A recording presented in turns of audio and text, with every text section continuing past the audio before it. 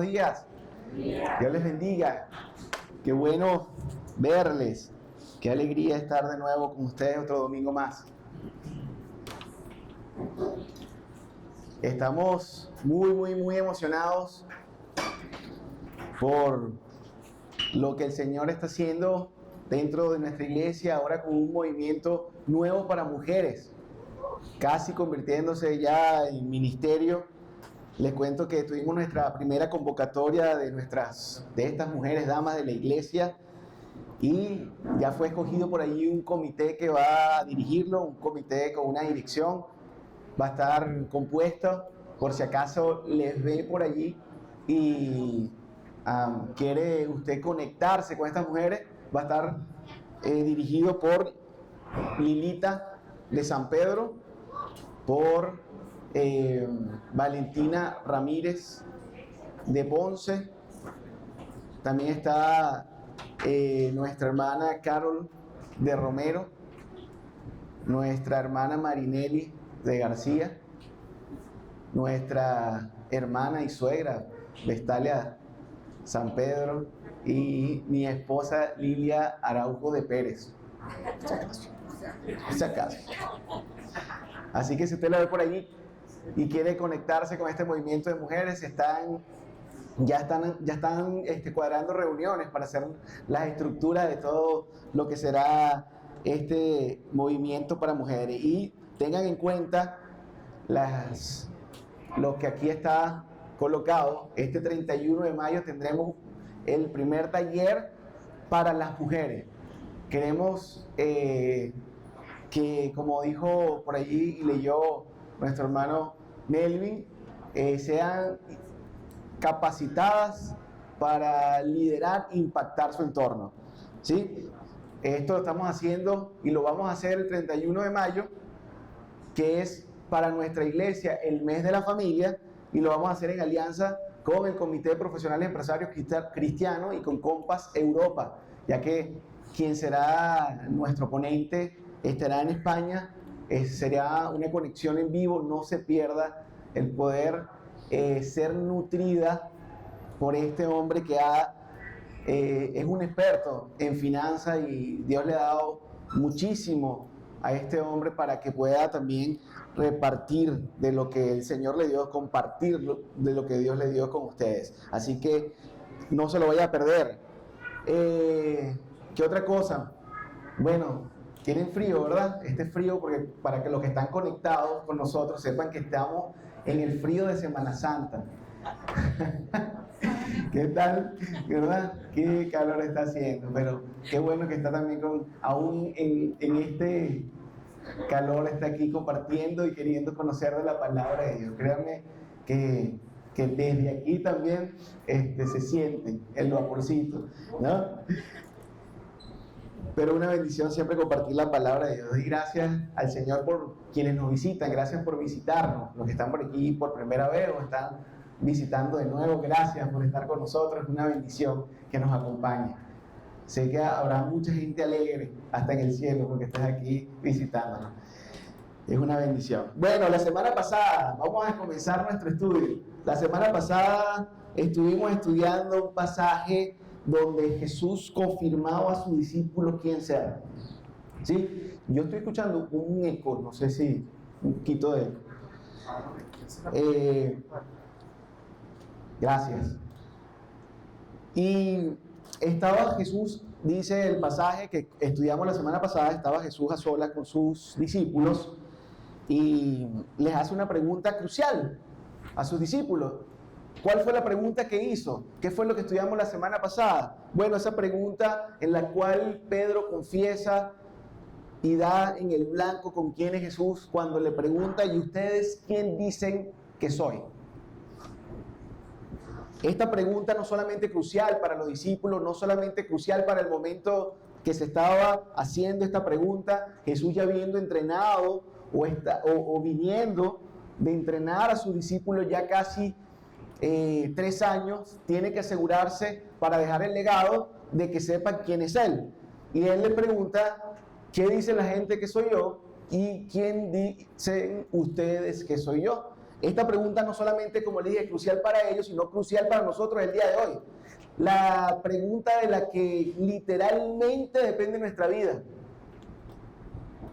Yo decía la semana pasada, tal vez sería la primera pregunta que nos hiciera cuando lleguemos al cielo y por fin, ¿qué pensaste tú que era yo? Y esa pregunta es una pregunta que primeramente nos deberíamos, antes de que nos la hagan en el cielo, poder contestar con certeza aquí en la tierra, porque ya no habrá otro tiempo. Este es el tiempo de vida, es el tiempo que Dios ha dispuesto para la salvación y el reconocimiento de Él como Salvador. Ya después de nuestra muerte, usted irá al lugar donde usted decidió, respondió esta pregunta. Y la verdad que ese pasaje que estudiamos la semana pasada no solamente abarcaba la respuesta de Pedro y los discípulos, porque esta respuesta la dio Pedro, sino que también Jesús les dice a ellos, miren, esto no lo cuenten a todos, tengo algo más que decirles, y es que el Hijo del Hombre, el Cristo, este que ustedes han confesado quién es con certeza, resulta que va a morir y resucitará. Entonces, este capítulo o este pasaje que vimos la semana pasada fue un torbellino de emociones. Ya va. ¡Qué emoción! Estamos con el Cristo, pero además va a morir. ¿Y qué se trata esto de que va a resucitar?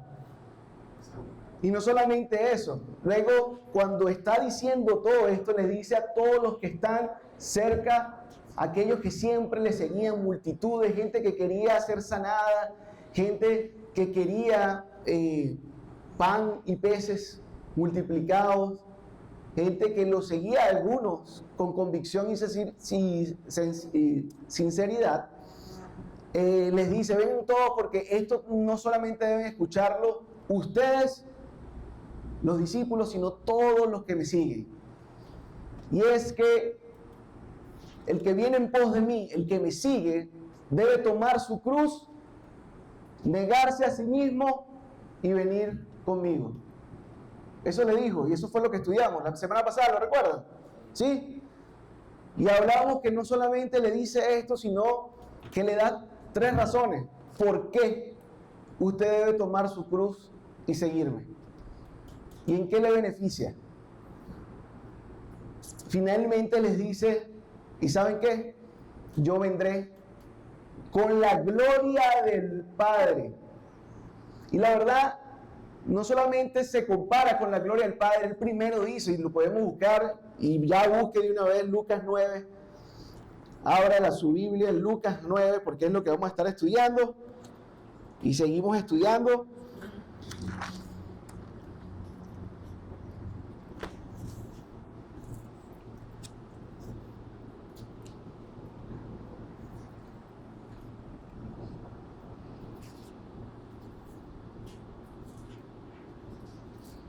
Versículo 26.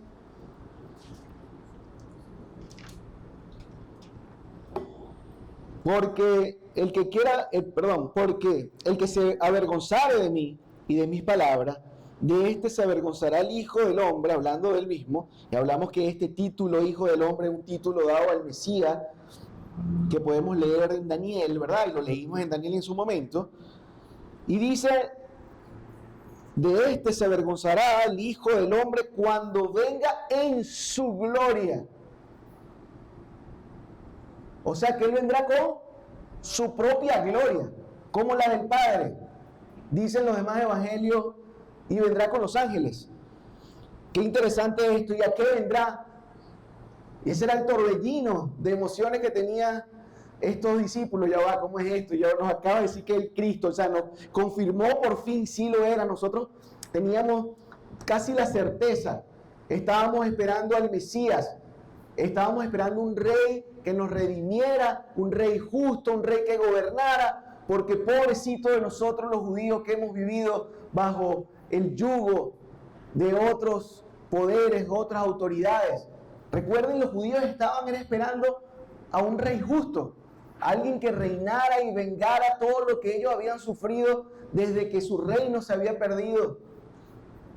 Y para esto tendríamos que leer el Antiguo Testamento. Le invito a que no deje de leer la Biblia para que pueda entender el contexto de todo lo que estaba pasando en los evangelios. Es imposible entender el Nuevo Testamento sin conocer el Antiguo Testamento. Y estos estaban esperando entonces este rey justo y dicen, aquí está, es el Cristo. Ya viene el gobierno, ya viene el reino que nos va a salvar.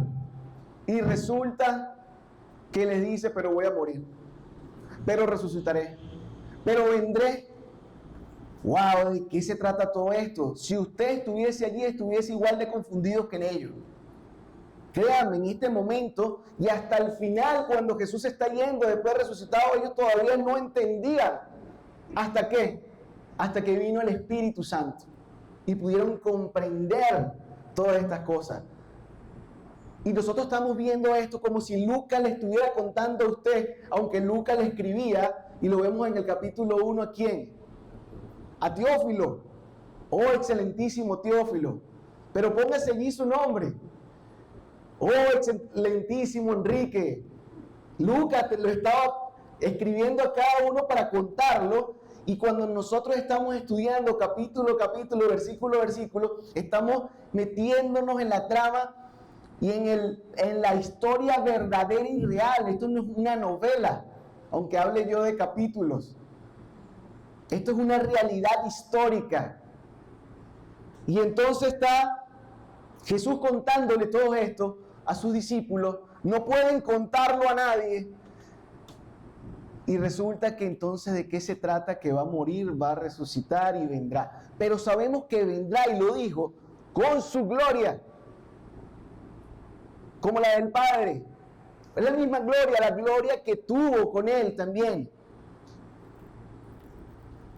¿A qué vendrá Jesús? Y segunda de Timoteo 4:1, Pablo nos da una idea de lo que vendrá, porque Él vendrá con su gloria, como la del Padre, vendrá con los ángeles, y le dice Pablo a Timoteo, Timoteo, te encarezco delante de Dios y del Señor Jesucristo.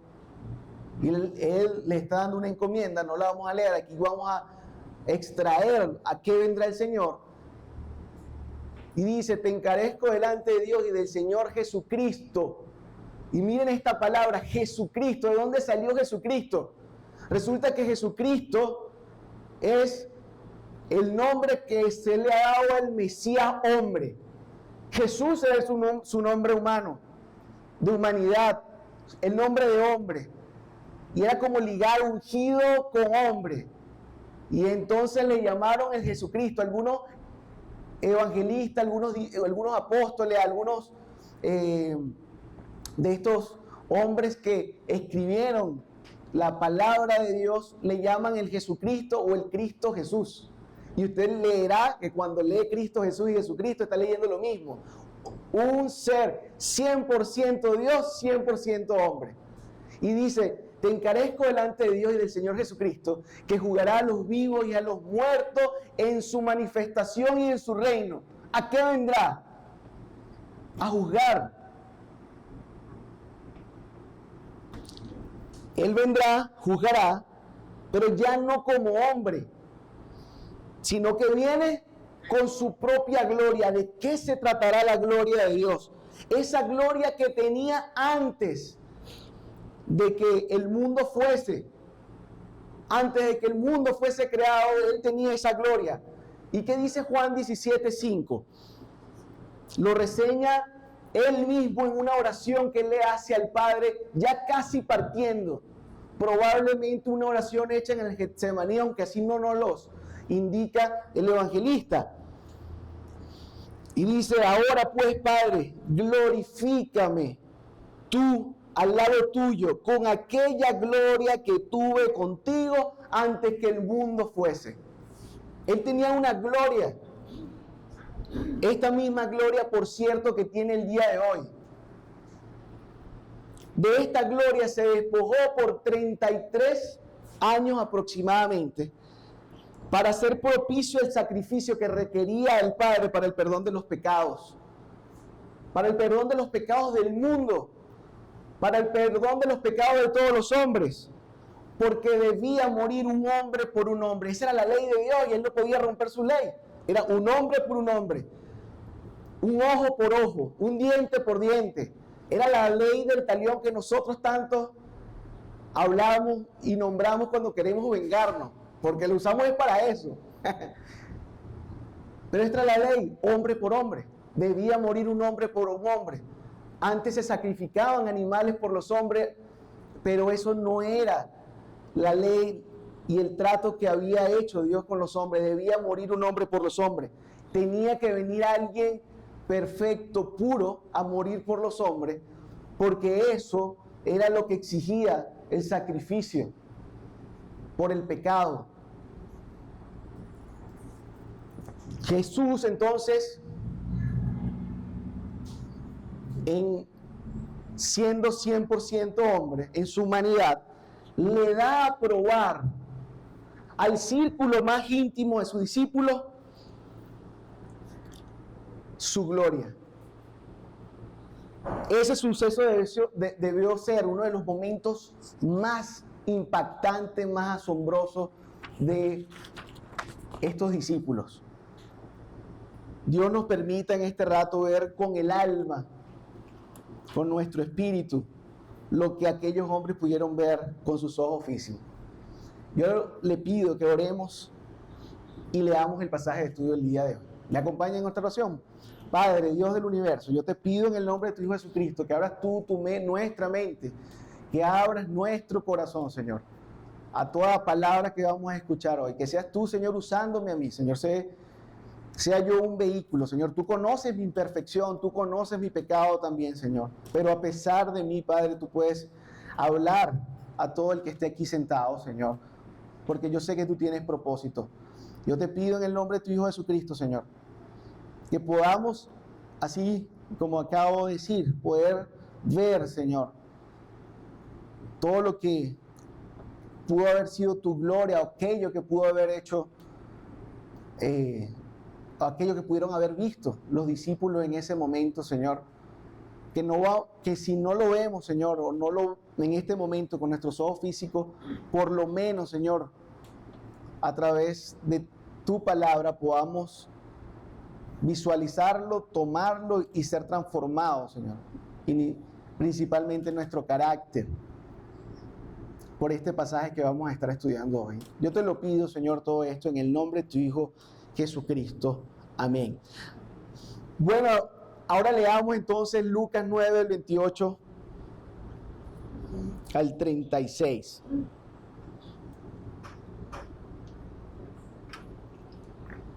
¿Está conmigo?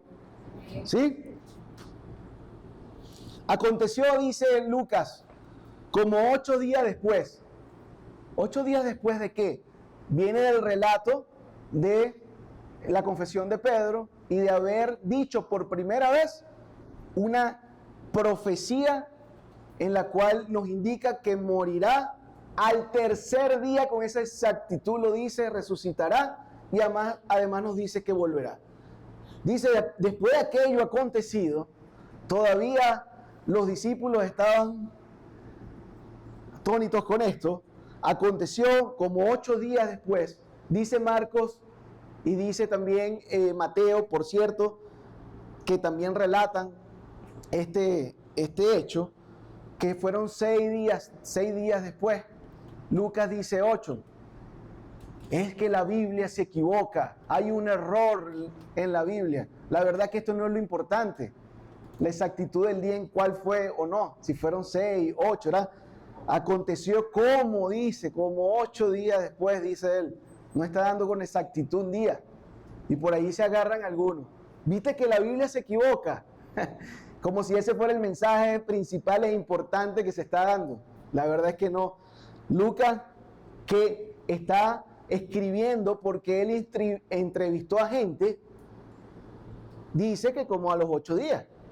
Resulta, y por aquí, para los que no lo sabían, Lucas no fue discípulo del Señor Jesús. Él fue probablemente discípulo de Pablo.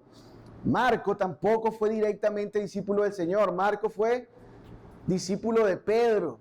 O sea que cuando usted lee el Evangelio de Marcos, usted está casi leyendo el Evangelio de Pedro, ¿sabía? Y cuando lee Mateo, que fue quien sí estuvo con él, entonces si Mateo y Marco, porque Pedro le dijo que fue casi como a los 6 días, probablemente, y si no lo promedia, a los 7 días. Aconteció como a los 8 días después de estas palabras, que tomó a Pedro, a Juan y a Jacobo. ¿Quién era Jacobo? También llamado Santiago, hermano de Juan. Juan y Santiago, Pedro y Andrés. ¿Sí? Pero nada más toma estos tres. Dice, y subió al monte a orar, sube con ellos al monte a orar. Y entre tanto que oraba, la apariencia de su rostro se hizo otra, y su vestido blanco y resplandeciente. Mateo dice, describiendo esto, que él se transfiguró, usa la palabra metamorfosis, delante de ellos, se transfiguró delante de ellos y resplandeció su rostro como el sol. Esto es lo que usa Mateo para describir este suceso. Versículo 30. Y he aquí 2 varones que hablaban con él, los cuales eran Moisés y Elías, quienes aparecieron rodeados de gloria y hablaban de su partida que iba Jesús a cumplir en Jerusalén. Y Pedro y los que estaban con él estaban rendidos de sueño, mas permanecieron despiertos. Vieron la gloria de Jesús y los 2 varones que estaban con él. Y sucedió que, apartándose ellos de él, Pedro dijo a Jesús: Maestro, bueno es para nosotros que estemos aquí y hagamos 3 enramadas, una para ti, una para Moisés y una para Elías. No sabiendo lo que decía.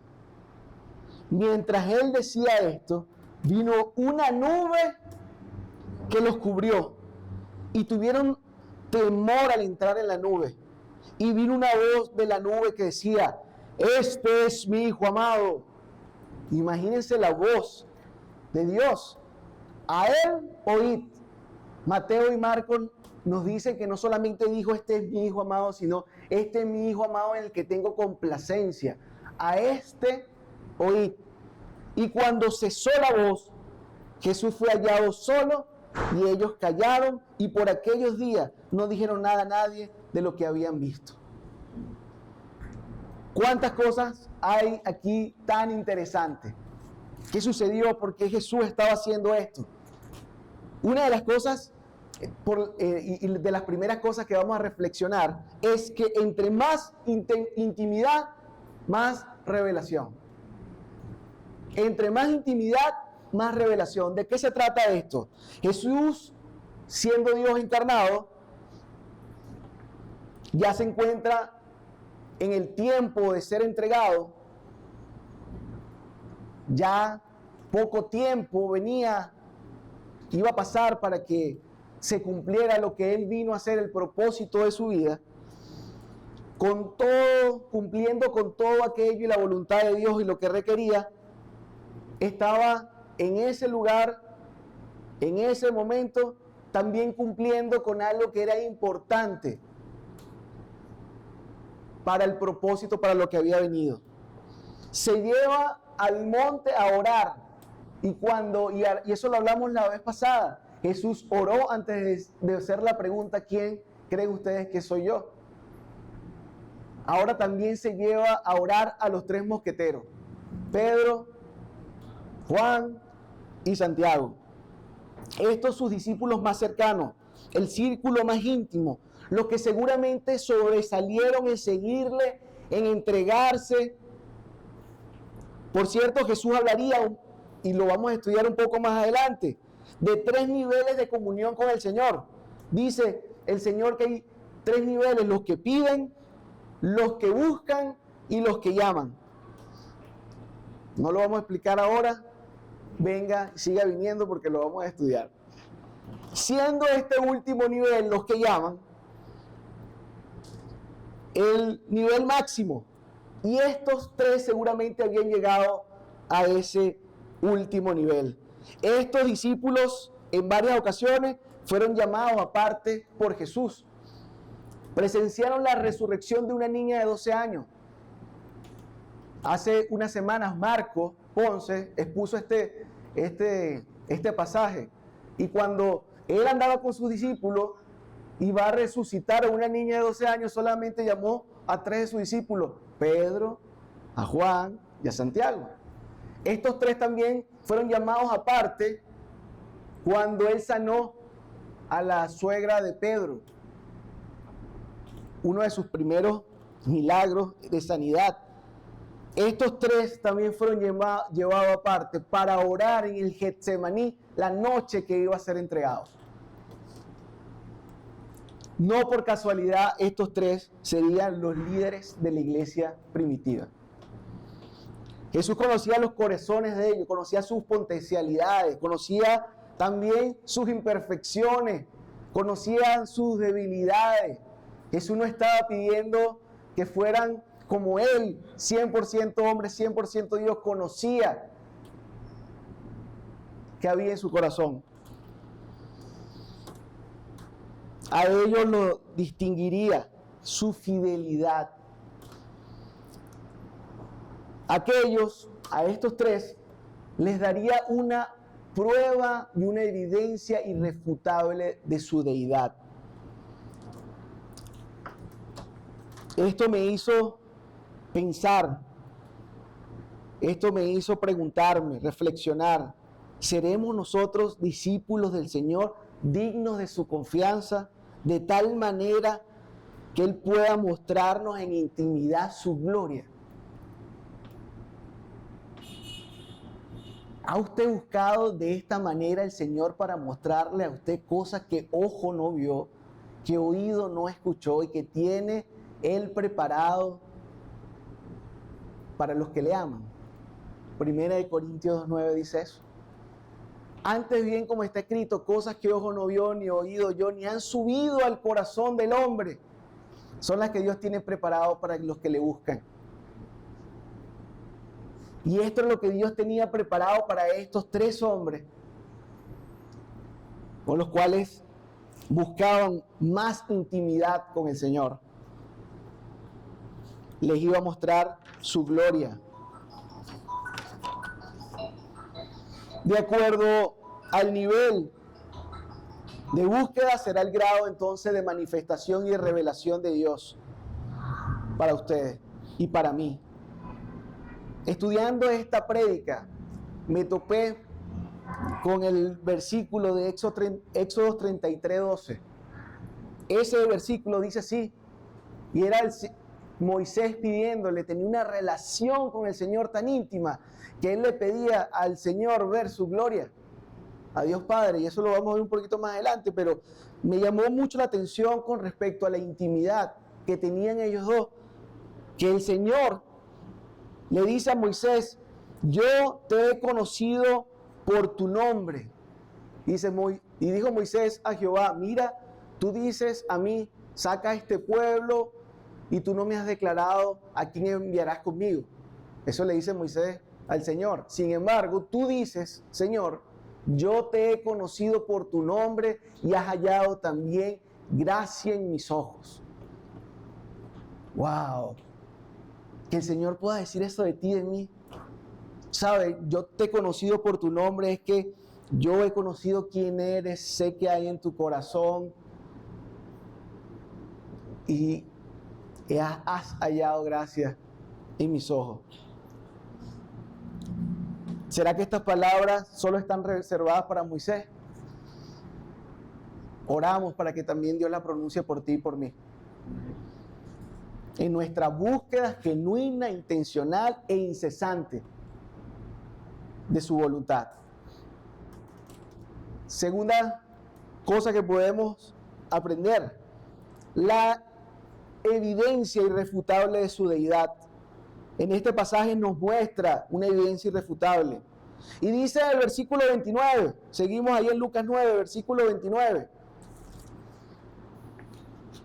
Y entre tanto que oraba, la apariencia de su rostro se hizo otra y sus vestidos blancos y resplandecientes. Y entre tanto oraba, y cuando tú oras sucede cosas extraordinarias. Cambió su forma, ya no era de la misma forma en la que ellos lo habían visto. Había adquirido una naturaleza divina o su naturaleza original. La gloria que había tenido antes de que el mundo fuese, esa gloria que tenía con el Padre, ahora la poseía. Ya no reflejaba más la luz. ¿De qué color son las cosas en la oscuridad? No tiene color. Todo objeto lo que hace es reflejar la luz blanca del sol y emite en el reflejo un color.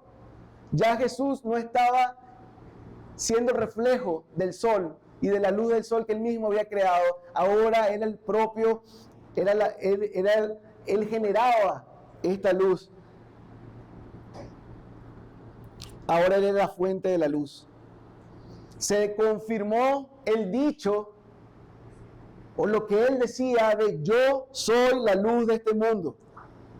Muy seguramente sus discípulos conocían por los rollos antiguos, por el Antiguo Testamento, de qué se trataba esto de la gloria de Dios. Recuerden que yo les dije la semana pasada, y lo deben tener presente, los estudios académicos de ese momento, el primer grado, segundo grado, maternal, era estudiar la palabra de Dios. Así que ellos conocían de memoria la palabra de Dios. Habrían escuchado de la gloria de Dios. Por cierto que en el hebreo, en el Antiguo Testamento, la palabra que identifica gloria es kabod, que significa peso o pesado, y era lo que se usaba para dar valor a las cosas en la balanza, ¿no? El peso. Figurativamente, así se hablaba de la gloria de Dios, un gran peso, el gran peso de gloria. También se traduce en honor, en esplendor, en santidad, en ser digno. El profeta Daniel había descrito el cuerpo de gloria del Mesías en Daniel 10. Imagínense esto, 700 años atrás, Daniel 10 del 5 a 6, y dice así. Y déjame ver, Ana, a ver si me ayudas, y creo que si lo leemos un poquito antes, tenemos desde el versículo 2, ¿sí? Porque esto es grandioso. Imaginen esto.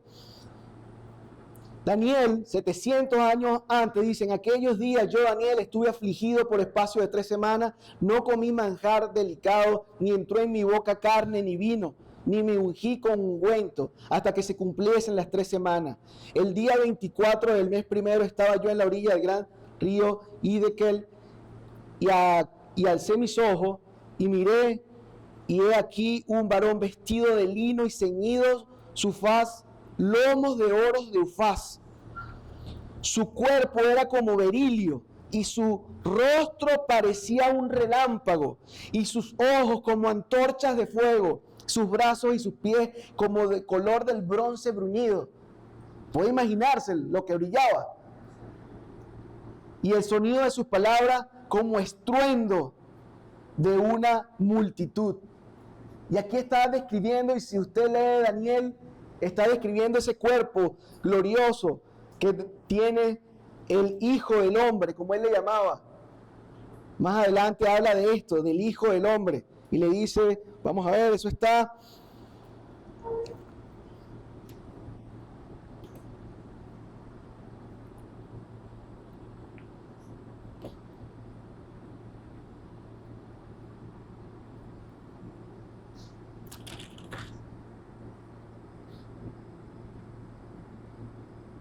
Bueno, no lo consigo ahorita. Pero si lee completo el Daniel 10, ahí verá dónde hace la referencia del Hijo del Hombre, como llamaban así al Mesías, al ungido, al Cristo que había de venir. Y teniendo ya esta imagen que seguramente sus discípulos conocían, por cierto, esa imagen que ya recuperó en este tiempo, algunos y ya estamos celebrando, porque para nosotros es una fiesta, la pasión de nuestro Señor, la pasión por amor a la humanidad, tienen en su mente aquel Jesús, el pobrecito, el desfigurado. Pero nuestro Señor Jesús ya no está así. Nuestro Señor Jesús está como nos dice Apocalipsis 10, perdón, Apocalipsis 1, del 12 al 15. Vamos a leer Apocalipsis 12, del 1 del 12 al 15. Apocalipsis 1 del 12 al 15. Y yo quiero que ustedes vean esto, porque esto es impresionante. Se habló, Daniel vio la gloria del Hijo en una ocasión en particular. Él no estaba hablando de una profecía que iba a suceder. Él está hablando de que estoy viendo la gloria del Hijo. Ahora, Juan, después de la muerte del Señor, resurrección del Señor, vuelve a hablar de que vio la gloria del Hijo. ¿Cuál gloria vio? ¿Cómo lo vio? Vamos a Apocalipsis 1, 12.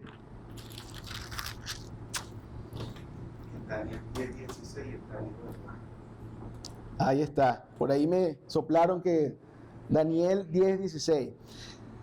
Pero vamos en Apocalipsis. Ya que se me perdió por aquí el libro. Listo. Y dice, y me volví para ver la voz que hablaba conmigo. Estaba Juan en la isla de Patmos. Estaba Juan preso. Y tuvo una visión. Y dice, me volví a ver la voz que hablaba conmigo. Y vuelto, vi 7 candeleros de oro. Y en medio de los 7 candeleros de oro, a uno semejante al Hijo del Hombre, vestido de una ropa que llegaba hasta los pies y ceñido por el pecho con un cinturón de oro. Su cabeza y sus cabellos eran blancos como la lana, como nieve, sus ojos como llama de fuego. ¿Será que se copió de Daniel? Y sus pies semejantes al bronce refulgente, como en un horno, y su voz como estruendo de muchas aguas. El mismo que vio Daniel 800 años antes, ahora el mismo que describe Juan, ya resucitado a la derecha del Padre. Esa es la gloria con que vendrá. Y entonces cuando él decía, vendré con mi gloria, está hablando de la gloria con que vendría, en la esencia de divinidad con la que viene. Él ahí les ratifica entonces de qué se trataba todo esto. Y le ratifica no solamente a sus discípulos más cercanos, le hace ver un pedazo del reino de los cielos. Tal vez eso era a lo que se estaba refiriendo cuando leímos el último versículo del estudio de la semana pasada. Tercer punto, entonces además de ratificar su eternidad, ratifica la eternidad y la existencia del ser. Y ya lo vamos a ver. Y le devela más del plan de la liberación del pecado de este mundo. Versículo 30 y 31 de Lucas. Volvamos a nuestro versículo de estudio. Miren qué interesante esto. El Señor reúne a sus íntimos. El Señor le da evidencia de su gloria, de su deidad. Pero además, el versículo 30 y 31 nos dice, y aquí 2 varones que hablaban con él, los cuales eran Moisés y Elías, y quienes aparecieron rodeados de gloria. Ellos aparecieron con gloria, aparecieron rodeados de gloria. ¿De la gloria de quién? De la gloria del Padre, de la gloria del Hijo que estaba allí, de la gloria de Dios. Ellos no tenían, ellos reflejaban gloria, no eran fuente de gloria.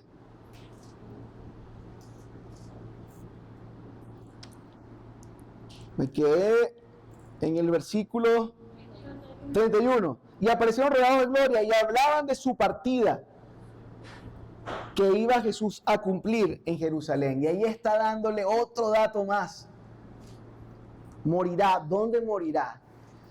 Y créanme que aún todavía cuando ellos están hablando de partida, no está hablando de la partida de este mundo como su muerte.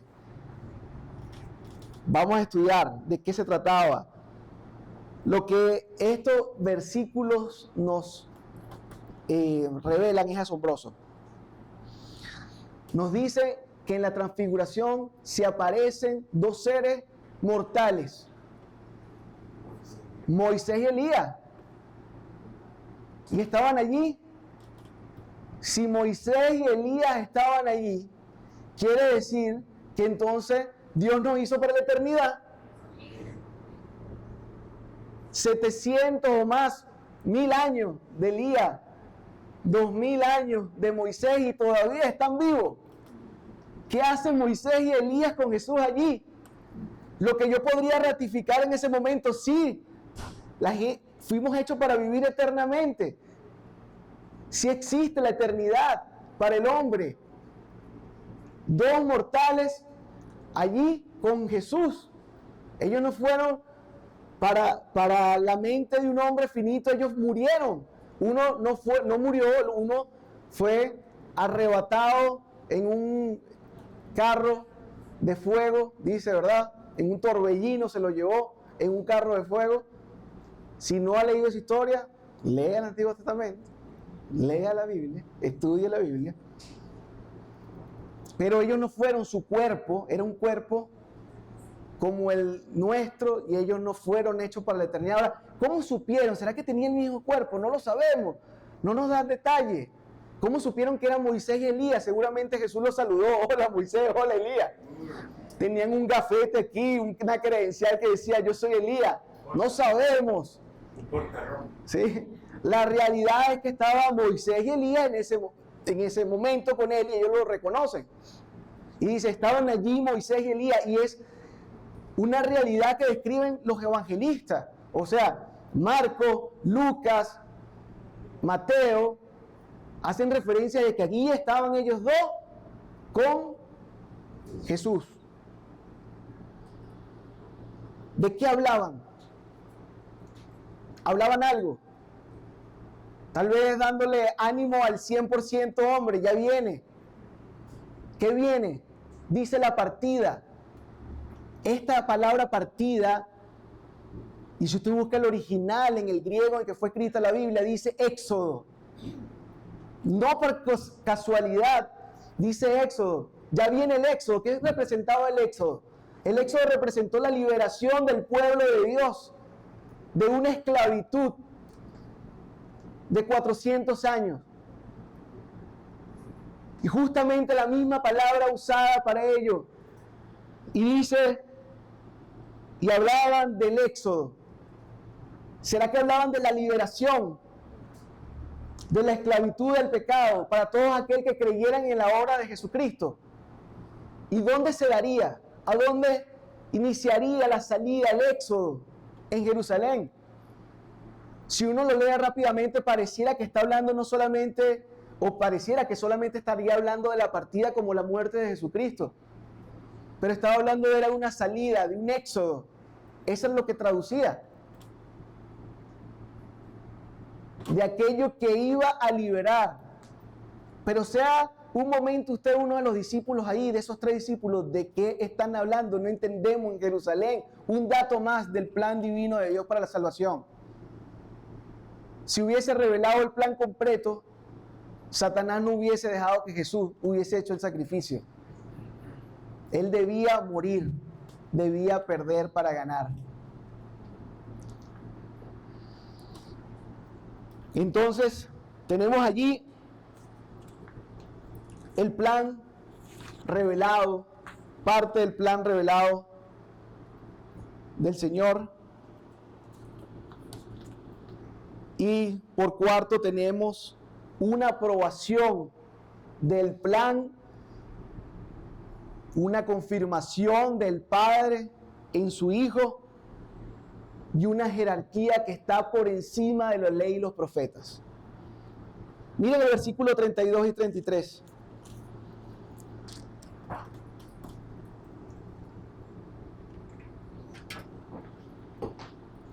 Dice, Pedro y los que estaban con él estaban rendidos de sueño. Muchos teólogos estudiosos dicen que muy probablemente ya era de noche, que el esplendor de Dios debe haberse visto increíblemente. Pero ya estaban rendidos, ya tenían sueño. Sin embargo, ellos permanecieron despiertos y vieron la gloria de Jesús y a los dos varones que estaban con él. Y sucedió que apartándose ellos de él, Pedro dijo a Jesús: Maestro, bueno es para nosotros que estemos aquí, hagamos 3 carpas. Una para ti, una para Moisés y otra para Elías, porque no sabía ni siquiera qué decir.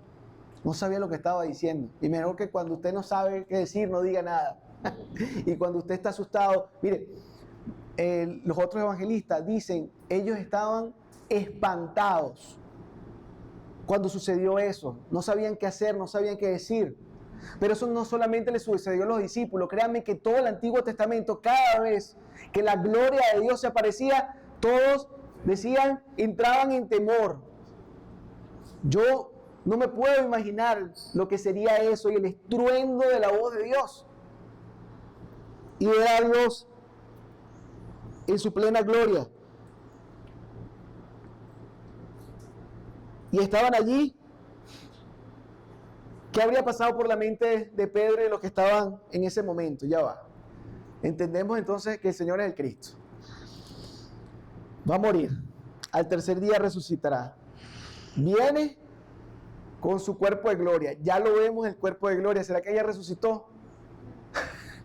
Usted hubiese pensado lo mismo. Entonces, ¿será que viene Elías y Moisés? Probablemente ya se está montando el golpe de Estado. Aquí viene a montarse el reino del Señor. ¿Podrían haber pensado eso? Sí. Y por eso dijeron, bueno, si se quedan, vamos a hacerle una carpa para que duerman. Pero mientras hablaba, dice la versión de Mateo, que una nube de luz, la versión de Mateo dice una nube de luz los cubrió. Y sí, en este momento ya no solamente había espanto, dice que tenían gran temor. Gran temor. También nos dice Mateo que tenía gran temor. Y lo que vieron entonces ya no solamente era la gloria del Hijo, sino ahora están viendo la gloria del Padre. Dice, entró una nube y ellos tenían miedo de entrar en esta nube. Y yo quiero que veamos un momentico Éxodo 33, 17 al 23 para que usted pueda entender esto. La gloria de Dios en el Antiguo Testamento se ha descrito muchas veces como una nube. ¿Sí? Éxodo 33, 17 dice, y Jehová dijo a Moisés, y aquí Jehová en su gloria, la gloria del Padre, haré lo que has dicho, por cuanto has hallado gracia en mis ojos y te he conocido por tu nombre. El versículo 18 dice, entonces le dijo, te ruego que me muestres tu gloria. Le dice Jehová, y él respondió, yo haré pasar todo mi bien delante de tu rostro y proclamaré el nombre de Jehová delante de ti, y tendré misericordia del que tendré misericordia, y seré clemente para con el que seré clemente. Dijo más, no podrás ver mi rostro, porque no verá mi rostro, porque el hombre, sí, no verá mi rostro y vivirá. Siguiente. Y dijo aún, Jehová, he aquí un lugar junto a mí, y tú estarás sobre la peña. Siguiente. Y cuando pase mi gloria, yo te pondré en una hendidura de la peña y te cubriré con mi mano hasta que haya pasado. Después de apartarte, te apartaré mi mano y verás mis espaldas, mas no verás mi rostro. Y Jehová dijo a Moisés, ¿está el siguiente?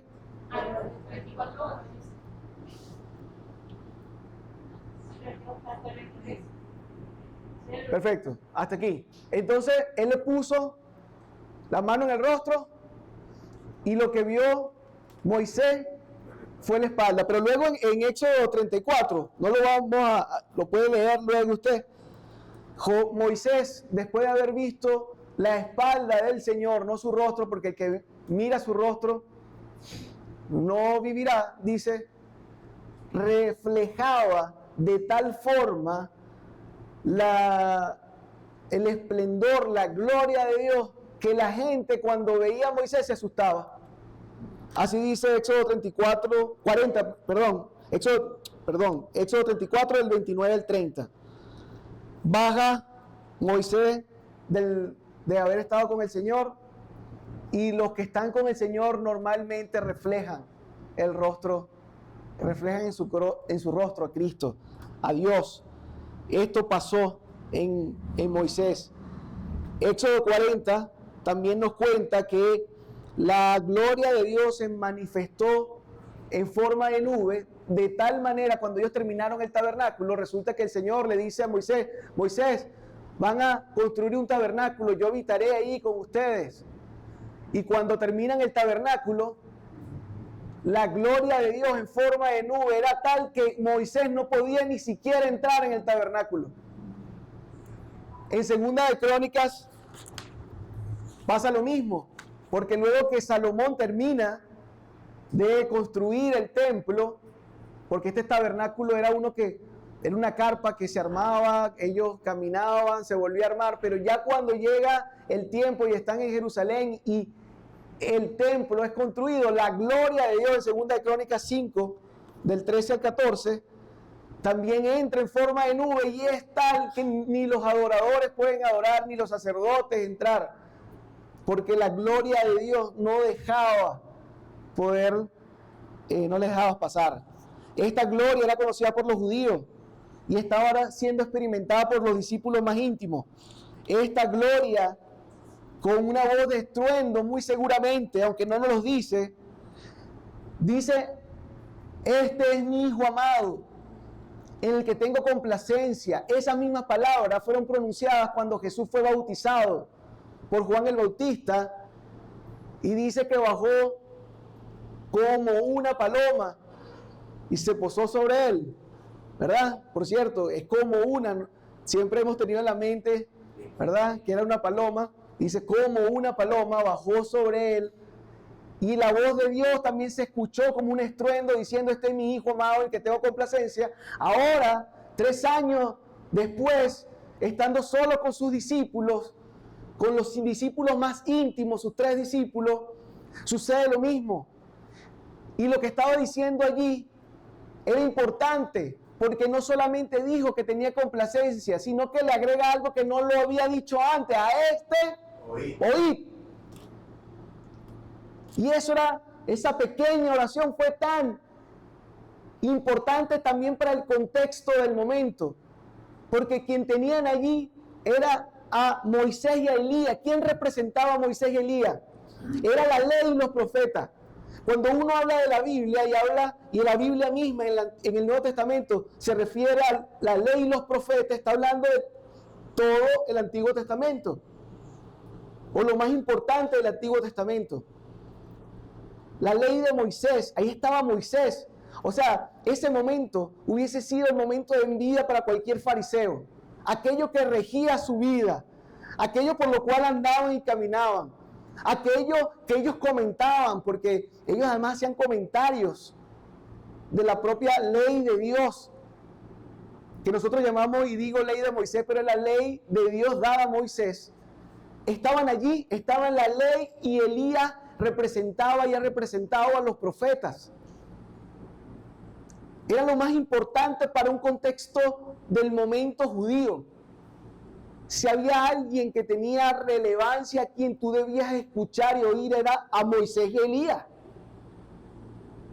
Ya no lo tienes en un pergamino escrito, sino que estaban allí.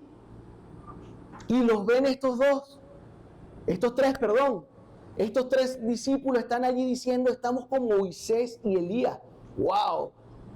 pero también estamos ahora con el cumplimiento de lo que decía la ley y los profetas. La ley y los profetas hablaban de Cristo. Y Él está diciendo, Él tiene una jerarquía mayor que la ley y los profetas. A este es el que debes oír. Si ustedes han venido escuchando el Antiguo Testamento y si ustedes han venido escuchando a los profetas que hablan de Jesucristo, a este finalmente es el que tiene que oír. ¿Y por qué lo van a oír? Porque miren, este es el que tiene palabra de vida eterna. Este es el pan de vida. Él es la resurrección y la vida. Él es la vid verdadera. Él es el camino, la verdad y la vida. Su palabra es ley. Si oyen sus palabras, conocerán la verdad y la verdad los hará libres, los liberará. ¿Entrarán en ustedes en el Éxodo o se quedarán en Egipto? Dios estaba reafirmando en ese momento lo que sería el nuevo pacto. El pacto con la humanidad a través de lo que la ley y los profetas habían hablado, y entraría el tiempo de la gracia, en el que solo por creer en su Hijo Jesucristo y no por hacer las obras de la ley te salvarías. Él está reafirmando ahí cuál es la autoridad de Cristo en medio de la ley y los profetas. Dice Hebreos 8:13, al decir nuevo pacto, ha dado por viejo al primero, y lo que se da por viejo y se envejece está próximo a desaparecer. Dime tú a quién oyes. Jesús es más que ley. En Él está escondida la eternidad y la salvación del hombre. Algunos quieren apegarse al Antiguo Testamento haciendo obras de la ley. Y saben, tenemos a esta religión de los testigos de Jehová buscando agradar a Dios con obras, con restricciones, ignorando lo que dijo Jesús y lo que dice el Padre de su propio Hijo. Sin Jesús no hay salvación. No puedes llegar al Padre sino por el Hijo. Eso lo dijo el propio Jesús. Y si el propio Jesús lo dice y el Padre le dice a usted, a este oír, ¿qué va a hacer usted? No hay forma que puedas tener eternidad sin escuchar lo que Jesús dijo, sin estudiar lo que Jesús dijo, sin hacer caso y obedecer de lo que Jesús dijo. No existe una fe a mi manera, ¿saben? Y esto lo escuchamos una y otra vez de gente que se aferra a una religión y no a una relación con Dios. Es que tú tienes tu fe a tu manera y yo tengo una fe a mi manera. Es que como si hubieran 10 dioses, 100 dioses. Porque normalmente yo lo digo a como a mí me conviene que sea Dios. Yo no creo en un Dios que haga esto y lo otro. Yo no creo en un Dios que haga esto, yo creo en un Dios que hace esto. O sea, tú mismo escribiste en un libro lo que tú estás creyendo que es Dios. Cuando Dios nos dejó la palabra, la ley, los profetas y además la palabra de sus hijos ahora a través del Nuevo Testamento y los Evangelios. Hay una sola fe. Usted no va a llegar a un banco y decirle al banco cómo usted quiere un préstamo. Usted va al banco y le dice, mire, yo te puedo prestar esto en tanta... No, yo quiero pagarlo. Es así. Y normalmente así vamos a Dios. Amoldándonos o amoldándolo a Él a lo que nosotros queremos que Él sea para nosotros. Y no oímos al Hijo. Si usted no lee la Biblia, no importa cuánto haga. No ha conocido al Hijo. Y si no conoce al Hijo, no tiene eternidad en su vida.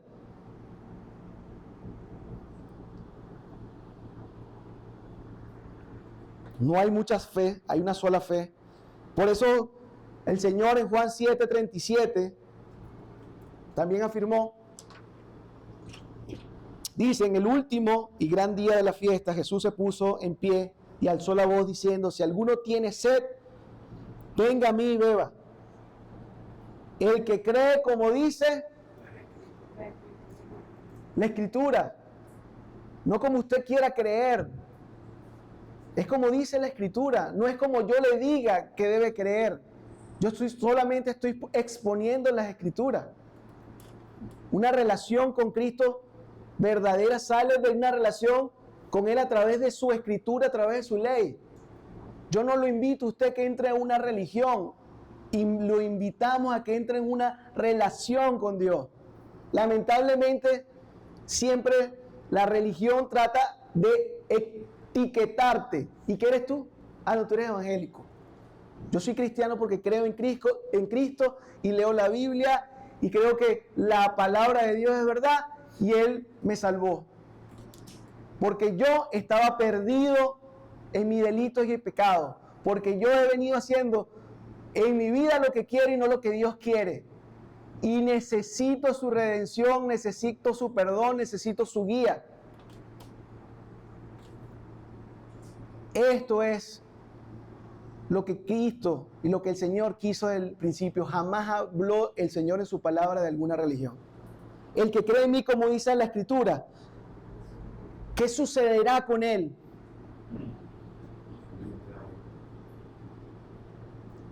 De su interior correrán ríos de agua viva. Nadie entendía. Yo les voy a explicar de qué se trata, le dice Cristo. Esto dijo del Espíritu que habían de recibir los que creyesen en Él, porque Él prometió sellarte, apartarte con su Espíritu Santo, porque sabe que aún tú eres débil y pecarás y seguirás pecando, y lo único que te ayudará a que te parezca más a Él en la vida mientras cumples el propósito para lo cual fuiste creado, es que el Espíritu Santo te aparte y el día que Él venga dice, buscaré a los míos. ¿Cómo lo identificará? Porque tienen el Espíritu Santo. El que cree en mí, como dice la Escritura, de Él correrán ríos de agua viva. Y esto dijo del Espíritu que habían de recibir los que creyesen en Él, pues aún no había venido el Espíritu Santo, porque Jesús no había sido glorificado. ¿Y saben qué? Les cuento, ya fue glorificado, ya Jesús murió, resucitó, está a la derecha del Padre, y solamente falta porque venga a buscar lo suyo, que tienen el Espíritu Santo. Y es lo que dice su palabra. Lo dijo Él, lo confirmó, dice su palabra, es la ley. No como el rey, ¿verdad? Y mi palabra es la ley. No. Es la palabra de Jesús, era la ley. Es lo que debías oír. Y aquí Él está hablando. Si usted tiene una Biblia, aquellos que tienen Biblia van a ver que normalmente las palabras en algunas Biblias lo subrayan de rojo. Las palabras de Jesús son palabras de Jesús. Lo prometió. Y si lo prometió, lo cumplirá. Dijo que moría, murió. Resucitaría el tercer día, resucitó. Entonces vendrá en gloria y buscará lo suyo, aquellos que creyeron en Él, y los que creyeron en Él entonces tendrían el Espíritu Santo.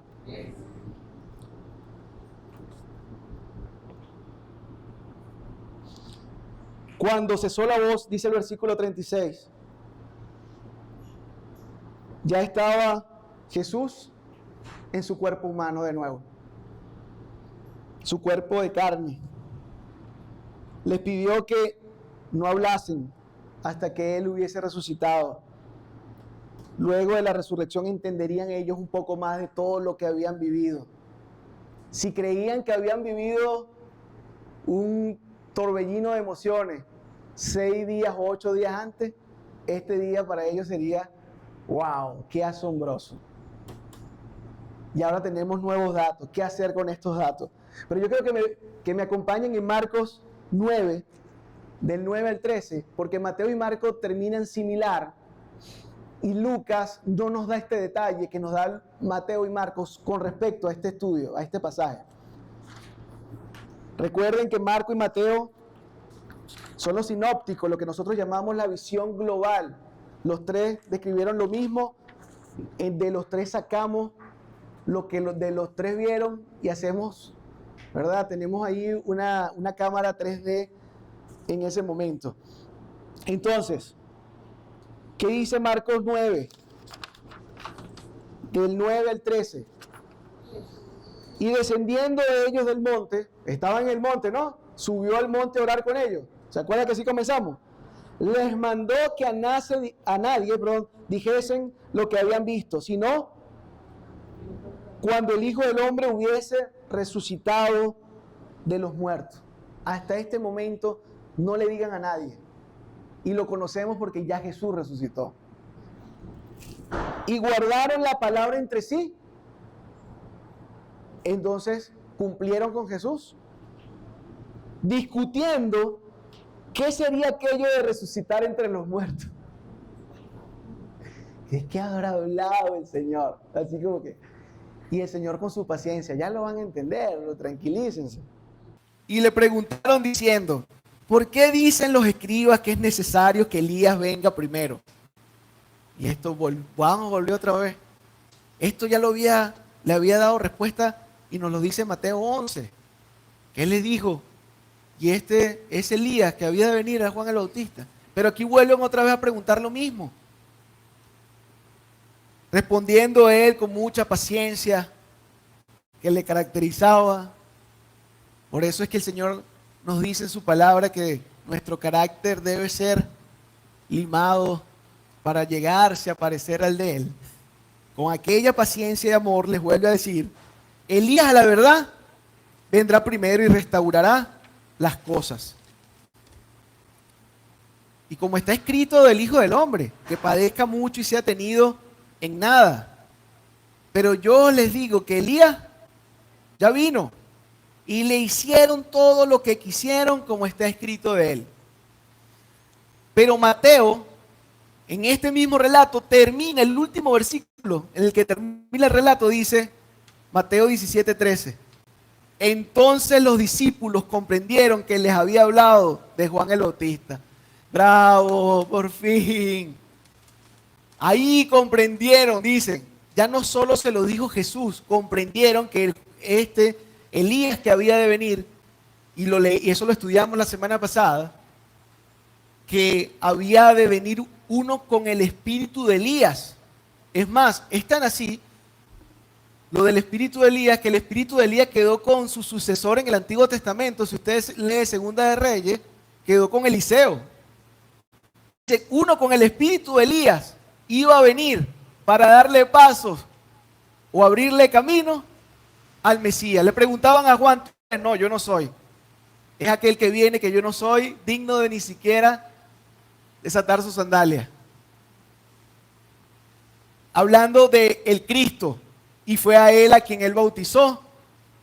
Y Elías tampoco entendió que él era el Cristo, porque estaban esperando a ese rey que hiciera justicia, a ese rey que se montara como autoridad. Por fin entienden estos hombres quién es Juan el Bautista.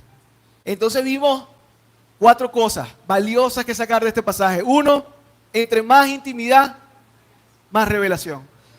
Dios no le revela más porque usted no le busca más. Y eso es una realidad bíblica.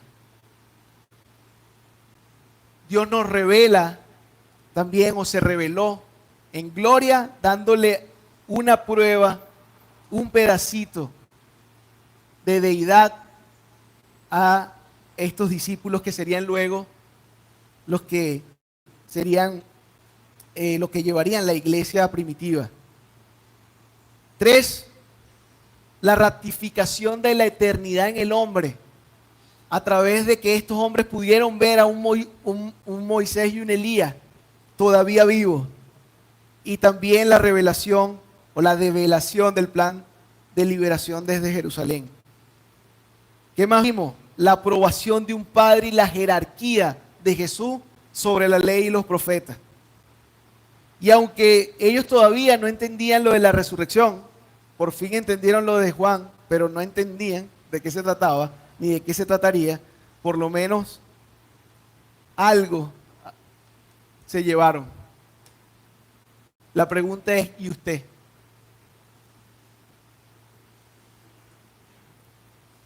¿Qué le está revelando el Señor? Hemos hecho en estas últimas 3 semanas el trabajo de exaltar la deidad de un Jesús que fue 100% hombre, 100% Dios. Hemos mostrado la obra redentora que todavía no ha sucedido para ese entonces, pero que ya sucedió para nosotros. ¿Qué más puede faltar? ¿Qué otra evidencia necesitas para rendirte y entregarte al Señor? Si tú endureces tu corazón,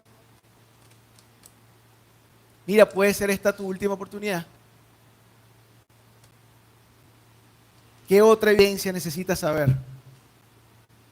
Lo mejor que puedes hacer es rendirte, obedecerte y seguirle. Tomar tu cruz y seguirle. Mira, el Señor tiene proyectos de vida mejor que los que tú te has planteado. Pero nunca lo vas a conocer si no le pides en intimidad que te lo haga conocer. Oremos. Padre, gracias te damos, Señor, por este tiempo. Gracias te damos por tu amor, por tu bondad. Gracias te damos, Señor, por todo lo que nos has permitido ver. Gracias te damos por tu palabra. Cuánto tenía este pasaje de la transfiguración y tal vez ni siquiera lo habíamos visto. Yo te pido en el nombre de Jesús, Señor, para que tú sigas revelando a nuestra mente, Señor, aquello que está escondido dentro de tu palabra, que es para nosotros y no para cualquiera. Y tienes un propósito particular con cada uno de nosotros en lo que revelas de tu palabra. Señor, no estamos aquí por casualidad.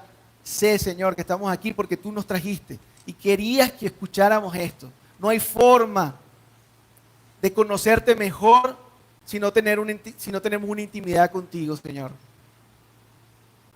Pero si no comenzamos, Señor, por lo menos en buscarte, no podríamos escalar a los siguientes niveles. Señor, nosotros quisiéramos llegar de tal forma a tener una relación contigo que pudieses llamarnos para poder ver tu gloria. Nosotros también queremos ver tu gloria, Padre.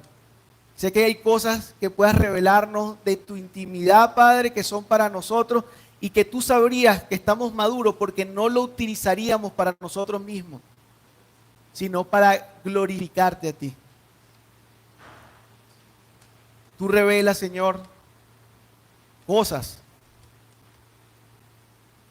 para que nosotros lo usemos para ti y para llevar tu gloria y honra, Señor, a donde quieras que nos coloques.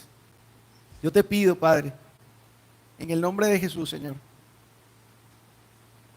que podamos llegar a ser de este círculo íntimo tuyo, Padre, de tal manera y tal forma que tú puedas decir: yo te he conocido por tu nombre y tú has hallado gracia en mí.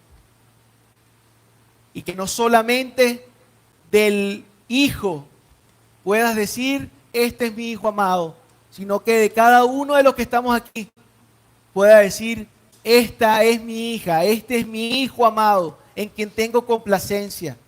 Me agrada haber muerto en la cruz por ti.